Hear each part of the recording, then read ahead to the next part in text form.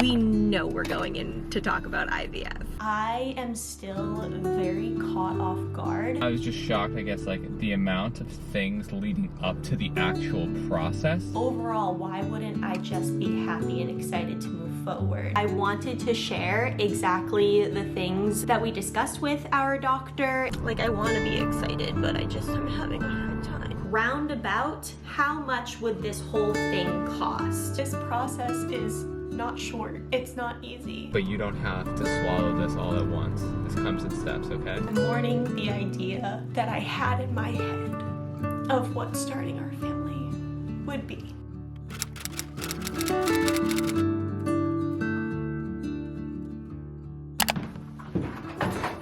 Ooh, it's a nice day. Smell that? Yeah, it smells like flowers. Where are we right now? We're at the fertility clinic. A little stressed? I think, yeah, Yeah. my heart is like pounding. But I love looking back and like having these like pieces of footage of like, remember we were sitting in the same spot before we even met our doctor? Yeah. It's just crazy to look back at these times. And this time we're talking about just next steps after 3 failed IUIs and our options, but we know we're going in to talk about IVF. No one said it, but we know. We know. How are you feeling? I want to know your thoughts going into this. I think I'm excited again. It's almost like starting over. Mm. Kind of like how I felt at the beginning, or I mean we both felt this way when we first started getting help. Yeah, exactly. That's exactly how it feels. So it's something new. I'm hopeful. It's like a clean slate almost. Yeah. I feel a little more like jaded though. At this point. Like before, you're so naive walking into a fertility clinic. That I'm so naive. I'm not calling anyone else naive, but for me, it felt like simply stepping into the fertility clinic, I'm gonna get pregnant, because we just hadn't gotten professional help before. So we were like, oh, this is our answer. By next month, we're gonna be pregnant. Like, oh, So sweetie, naive. So oh no. naive. If only you knew. I think that's funny, as like literally like the IUIs, it's like this percentage like get pregnant, and it's like a small percentage off of like IUIs, and it's so easy to like just fall into be like that'll be us. Exactly. That'll happen, and then like, you know. Well, because why couldn't it be? Right. You know, especially like knowing our labs and like at least like our results, and going in and knowing you've been tested and I've been tested and everything kind of lines up perfect to be able to be successful with an IUI. Yeah. You know, it's not like I'm not ovulating or not producing any eggs or anything like that. So we were super optimistic. And I think that was really good, because why can't we be the 10% or whatever it was for our first IUI? Exactly. I also do wish that I was a little more realistic. I definitely got more realistic the last 2 that we did, for sure. So the last video you saw on this, I was literally close to tears because I was so anxious about this appointment. And I just have to thank you all literally so much. Like, my demeanor about this appointment, or just, I shouldn't say appointment, it is an appointment, this follow-up changed drastically this morning after reading your all's comments and DMs of your egg retrieval experiences, because that's what that's what my anxiety is clinging to, and just your overall IVF experiences in general. Like, it's night and day walking into here. My heart is pounding because it's just anticipatory, I think. Like, it's anticipating, but it's not pounding like I wish I could turn this car around and run away. It's more like, no, I really can't wait to see what we talk about and like what he has to say, you know? And I know that he's always such a calming presence too. I just like work it up in my mind. The longer I go without seeing him or like asking questions or talking to people in the fertility clinic, the more I build up in my mind how it's going to be terrible, but it's never terrible, so. Bub. What am I about to say? What am I about to say? This is going to be the start of the rest of our lives. That's right. Here we go, guys. We'll see you guys after. Just initial thoughts. Oh my gosh. I don't think I'm overwhelmed. Okay, what are you feeling? There's a lot of information. I feel for you because a lot of this has to do with you. And I know, I mean, it has to do with us, but like, I know all of the medications, there's additional shots. You're like going back on birth control. They're giving you FSH, giving you this. And so it's just like kind of like tenfold of what you did with Clomid, and then it's like a lot of days. I was just shocked, I guess, like the amount of things leading up to the actual process. Yeah. Just so that they can control and manipulate your cycle. Yeah. In order to put the two pieces together outside the body to then put them together. Yeah. Was like very eye-opening. I don't watch these videos. Yeah, for sure. Like you watch a lot online and stuff like that, and like get a hold of the information, and I kind of just go into these from the other side. So like first time hearing, I was like, oh my gosh, this is like, it's a lot. Tremendous. But I was definitely like aware of it for sure, and I think that's maybe why I was so like, oh my gosh, okay, I knew what was going to be discussed. I didn't know specifics because every clinic is different, whether they run these tests or they put you on birth control or whatever. I don't think that I would have come out of this appointment excited in any scenario, if that makes sense, because yes, I do want to start IVF, but that's such a big deal because it is. It's not just one round of Clomid and then let's time out and monitor and then do a procedure. Even that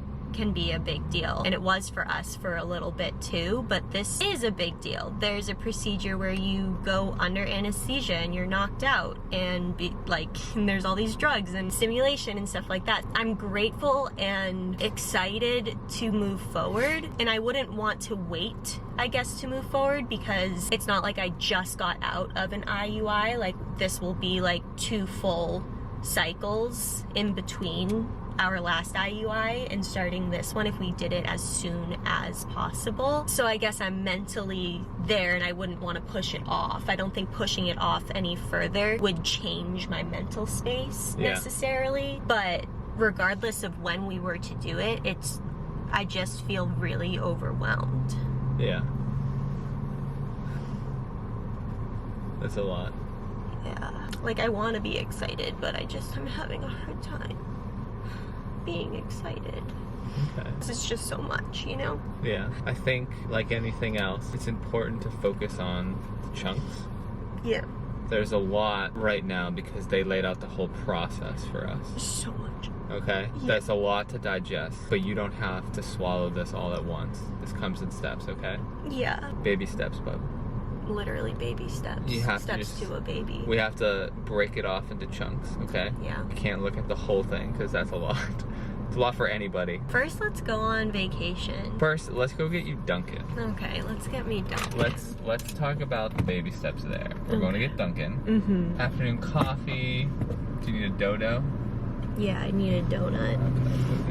Okay. And hello, my friends. Hello, hello, hello. I wish that you guys could be in the room right now and be the ones recording. It's always, you never know how to start a clip necessarily. It's very awkward, but you're alone, so it doesn't really matter. Anyway, that's a side thought. Today is Tuesday, and it is 1 full day past our official IVF consultation. I was going to wait until I could talk about the IVF consultation without having any nervous or anxious feelings about it, just giving it a day to simmer before I talk about what we discussed, questions that I did indeed get answered, just in case any of that info is helpful. And I definitely will, because I do think that stuff will be useful, and it might give you some ideas of questions you might want to ask if you're going in for an IVF consult. But I'm not mentally there yet. I'm not mentally able to talk about these details in my notes and things like that. So I wasn't going to pick up the camera, but I also find that when people express how they're feeling about certain things, especially if it's unexpected, that really helps me, and also just makes me feel less alone. And that's the entire goal of sharing this journey, is feeling less alone for both of us. But if you don't want to hear this part and you just want to skip to the consult and what we discussed and everything of that nature, you can skip to this timestamp. I have absolutely no hard feelings about it. So the last 24 hours were unexpectedly rough. I am still very caught off guard with my feelings right now with how I feel about the next steps and the decisions that we're making. It's just not something that I expected. It's not something that I accounted for. I actually went into this consult feeling so much better than I did before when you saw my other vlog of me just like literally word vomiting all of my anxieties. I don't think I stressed that enough in the previous clips, but reading your all's messages and your comments eased me. Like, I can't even tell you how game-changing it was reading your all's experiences and your reassurances for those of you who did go through that, or just anyone sending good vibes. I woke up anxious as all get out for my consult and scrolled through your messages and comments, and I felt so much better. So thank you. I don't think you understand how much that helped me. So I thought the hardest thing was kind of over as far as the consult goes. I was super anxious about asking my questions, as you guys know. I was super anxious about a couple things of the egg retrieval that I wanted them to answer for me. And spoiler alert, the consult went so good as far as those anxieties go and the questions I needed answered. So everything I feared about that consult did not come to fruition. So when I left and we were driving away from the clinic and I broke down in the Dunkin' Donuts drive-thru, I had no idea where it was coming from. It was super confusing why I felt these things. I know that not everyone shares exactly how they're feeling on social media, and that is absolutely everybody's individual choice on what they want to share, what they do share online. But from what I see of women that I follow regarding infertility and specifically the IVF journey, is they're excited. You know, they're excited about the next step, and they're excited about something that has a much higher chance of success than an IUI does or just Clomid does. And I thought that would be me. I'm so ready to grow my family, and so if IVF is the next step to do that, why wouldn't I be excited? I understand being nervous for certain things, but overall, why wouldn't I just be happy and excited to move forward? And grateful that this is even a possibility. Like, why aren't I feeling these positive things? Why am I just overrun with sorrow and sadness? And I think the first reason is I think the first reason is that it is so overwhelming. This process is not short, it's not easy, and it doesn't come with just taking medicine, having an ultrasound, and then doing a procedure.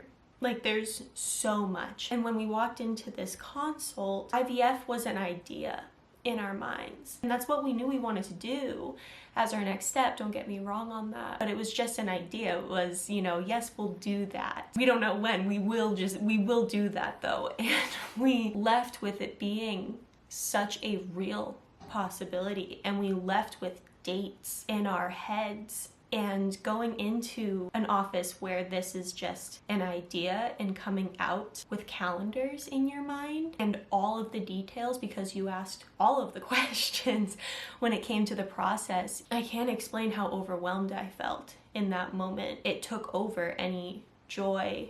But after processing it for the past day, you know, crying in the Dunkin' Donuts drive-thru, and then crying over FaceTime to my mom, and then crying in the gym bathroom later that afternoon, and then waking up and remembering my reality and crying to Jack at 4 o'clock in the morning this morning. I think what it is, it's so weird. It feels like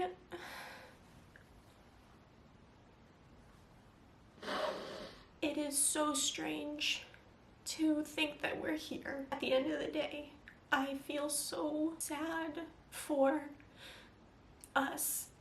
Not to throw ourselves a pity party, because there's so much to be grateful for. And this is exciting. These next steps are exciting. But I feel an overwhelming amount of sorrow that we're here. I never in a million years saw Jack and I needing IVF to start our family.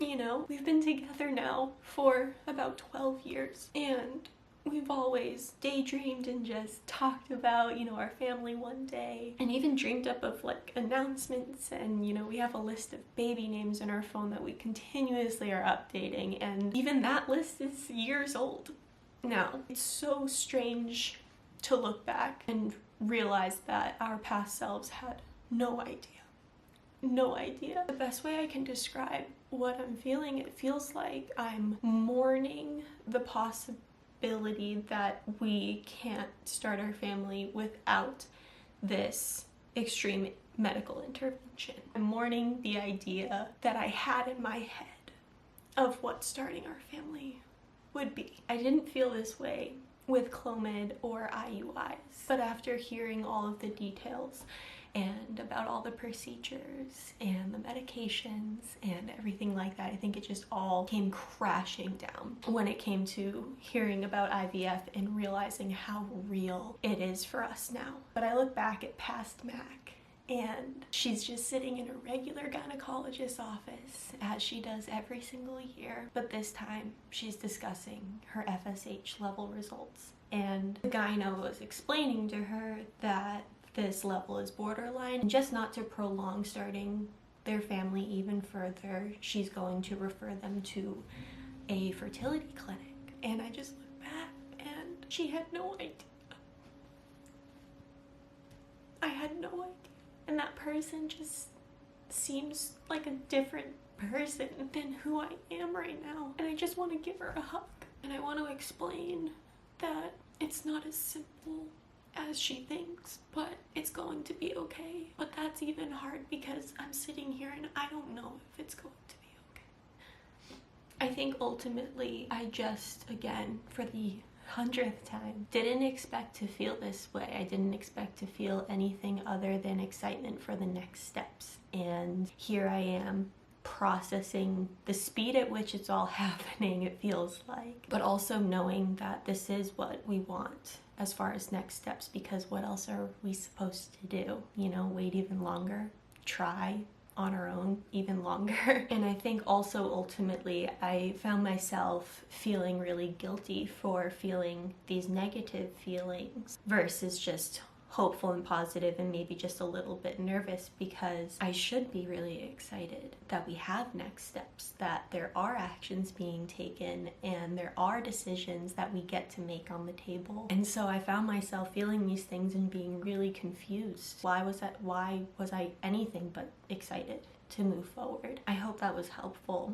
If you also didn't feel optimistic right away, I know I'll get there. I'm working on getting there because I can't go into any of this without a strong positive mindset. So I am working through it. I already feel a lot better than I did at 4 o'clock in the morning even this morning. I get glimmers of excitement and positivity throughout the day now, which is new, but I just wanted to share in case it was helpful for you all. But okay, the next clip in this video, let's talk about the consultation and some of the takeaways that Jack and I took, in case that is also helpful for you all. I'll see you guys then. Hey guys. Oh my Landa, it is a couple days later. It's Friday, so happy Friday. It's a couple days before you're seeing this vlog. And honestly, I cannot wait to see the difference between my demeanor from the last clip from a couple days ago to this clip right now, right here. If that does not encompass the roller coaster that this entire journey is, I don't know what does. Literally the next day, I started feeling even better. I was settling in, I was processing, feeling good, even a little bit excited. I know, strange. I was a little bit excited the next day. And then we got a rush of paperwork of all things IVF and consent forms and this and that, and it just like kind of went down again because it got me obviously very nervous and just overwhelmed, I should say. I was overwhelmed by all of the information. But then I read through it and it actually made me feel a lot better to be informed of everything, so then I went back up. But I would say overall, even though it's going like this right now, as it always does, it's like a positive trajectory overall as far as settling into the reality of our situation, what our next step in reality is, which is IVF, and fully coming to terms with that. And I'm feeling better and better every day. But to end off this consultation video. I wanted to share exactly the things that stick out to me that we discussed with our doctor in our consultation, as well as the specific questions that I went in with. I literally went in with a notes app note of the questions I wanted to be sure to have answered. I want to share those in case that's helpful at all to anybody who wants to ask maybe the same questions or similar questions, but also just to give you all the confidence to know that you can ask all of the questions that you possibly want. One of the main things, as you guys know, that I was really nervous about going into the consultation was an overall fear of just not being taken seriously, or them thinking my questions were either too much, silly, my want for pain medication wouldn't be taken seriously for one of the procedures, things like that. And I can say overall for my appointment, that should have been the least of my worries. I give myself grace knowing that I was worried for certain reasons about those things, but my doctor and the nurses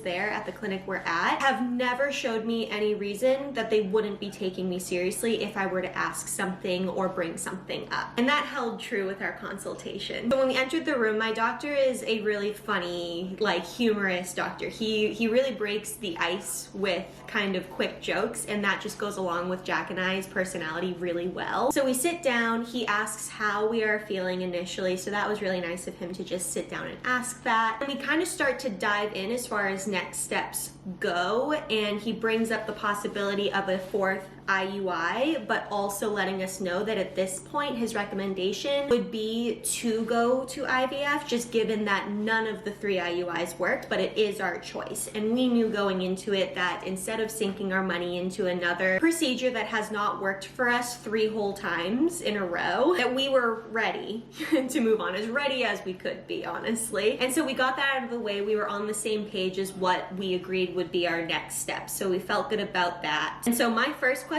was for him to bring me through the entire IVF process and anything that he thinks I should know at this stage when it comes to all of it. And I learned a lot when he was talking about it. I knew a lot going into it just because obviously I watch a lot of videos, I watch a lot of other people's experiences. Hearing him talk about the certain options during specific times of all of the IVF things and understanding the true timeline of things that could potentially happen, it was just very informative. So that is a question I'm really glad I asked, was just for him to bring me through all of it, and I was able to pause him to ask questions along the way. So I really enjoyed that structure of the conversation. The next thing that I personally wanted to bring up, and I think I mentioned this in a vlog in the past, was to talk through PCOS and endo in relation to our next steps with IVF. For me personally, and I know that this is not the case with everyone, and I totally respect that, but I hope that you respect that this was just my angle that I wanted to go in personally for my body. I have never gotten a diagnosis for PCOS or endo, and I personally do not need one. I just don't need that diagnosis. It wouldn't do anything for me personally. I'm good living life how I've been living my life. But I did want to bring up with regards to next steps, because if we're going down the route of IVF, I want to give it my best shot. So I wanted to pick his brain on the potential of really ruling out these things before moving forward, given any symptoms or my medical history and all things like that. I'm not going to dive too deep into the decisions and things that we are doing to move forward with that. I just wanted to share that in case that's something that might pop into your head to ask your doctor, but I'm glad we discussed it, and I feel pretty good about next steps on that. The next question I asked is if there was anybody that could show me how to do all the medicines and the injections, because I see people doing all sorts of things on their videos with their own experiences, mixing certain things, where you inject them, whether it's the stomach or the upper hip butt area. Like, it just seems very overwhelming, and I would really like if I could like meet with someone. And it turns out they have a role in their office just to educate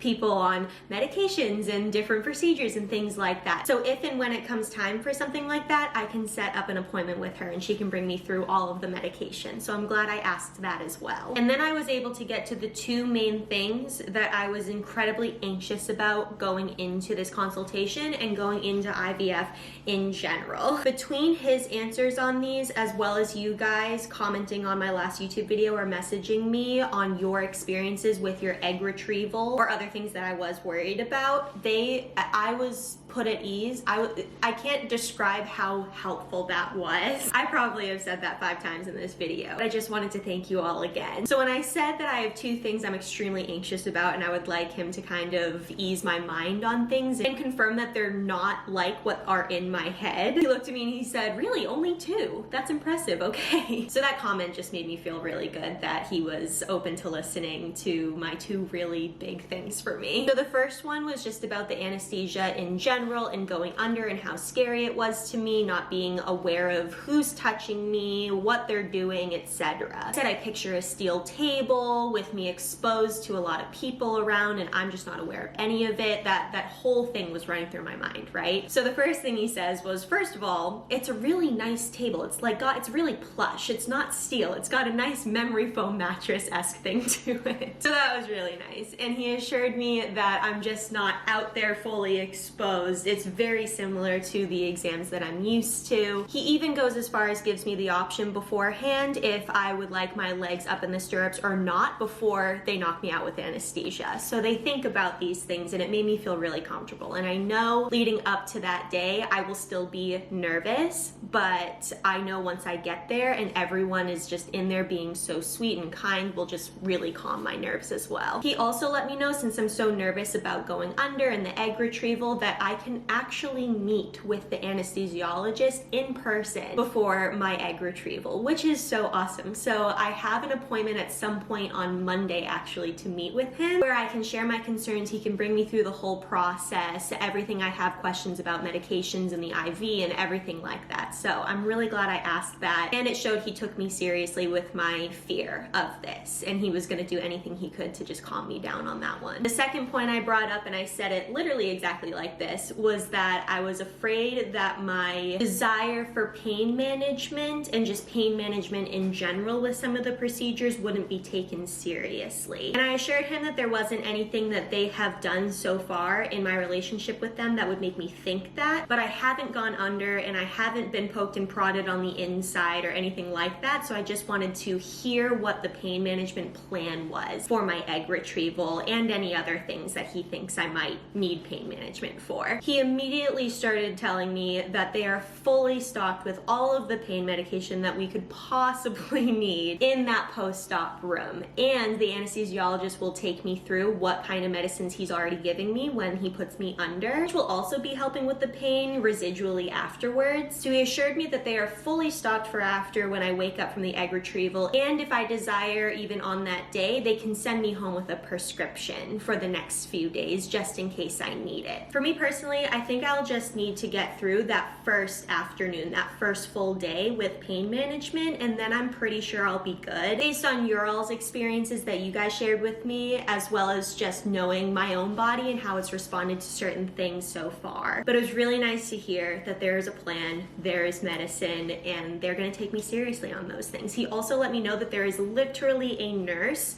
dedicated to the recovery room to be at my aid with whatever I need post-op. There are people around to help me, so I just felt really good about that. One of the last questions I asked was roundabout, how much would this whole thing cost? Now, insurance has covered chunks of things here and there for us, and we've been able to get approvals for things before going into it, depending on how long we gave insurance to give us the approvals for treatment cycles. But I just wanted to know the roundabout number in case it comes to a point where we have to pay any sort of chunk up front if insurance doesn't get back to us in time. So that'd be interesting to share. So at our clinic, with all said and done, no insurance, just everything like medications to the procedures to the monitoring, the blood work, everything, he said it typically ranges from 16 to 18K. But I thought that was interesting.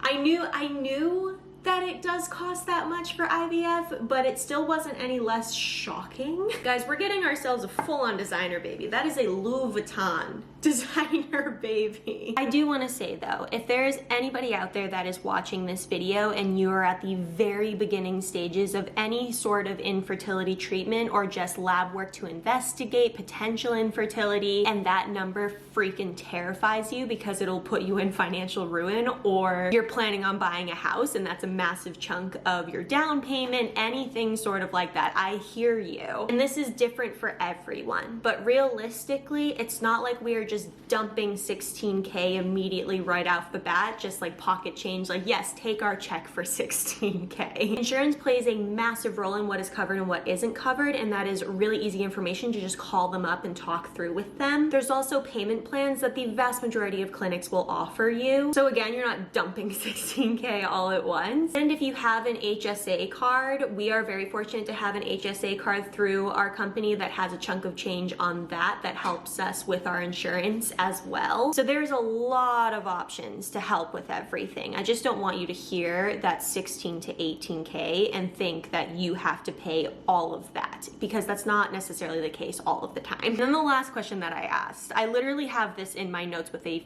photo. I literally said, at no time during the transfer do I want this tool used on my cervix. And I just showed him this picture. If you do not recognize this tool, don't look it up. Just don't look it up. But I've seen this tool too many times on my TikTok For You page, and it's used in IUD transfers, IUD insertions, and I'm terrified of it. And so at no point do I want him using that whatsoever. He does not have my consent to use that. And when I held up that picture to him, he just went, oh God, no. Why would I use that on your cervix? And I'm like, I know. So that also made me feel good. I went in with any and all questions that I really did want answered. And as we talked through everything, I had even more that I answered along the way, which I'm sure you all will as well. But yes, that was our IVF consultation roller coaster. Thanks for coming along with me, guys. Thanks for joining the ride. Although we actually do indeed have next steps that I can't wait to share with you, I'm not gonna muddy this video with that. We're just gonna keep it to the consult and all of that information and emotions and questions and all of that, because that deserves its own separate video. And I kind of have to still process like how fast things are technically moving, so we will wait on that. But I can't wait to tell you, so stay tuned for that. But anyways, my friends, if you all resonated with any part of this video, or you just want to send positive vibes to Jack and I as we continue on the journey to growing our family, make sure to hit the subscribe button down below. It would mean the absolute world to me. I love this little corner of the internet of support and positivity and encouragement that we have right now, and I would love for you all to join it. So make sure to hit the subscribe button. Everyone, do not forget to give this video a big old thumbs up, and I will catch you in the next one, my friends. I'll see you later. Bye!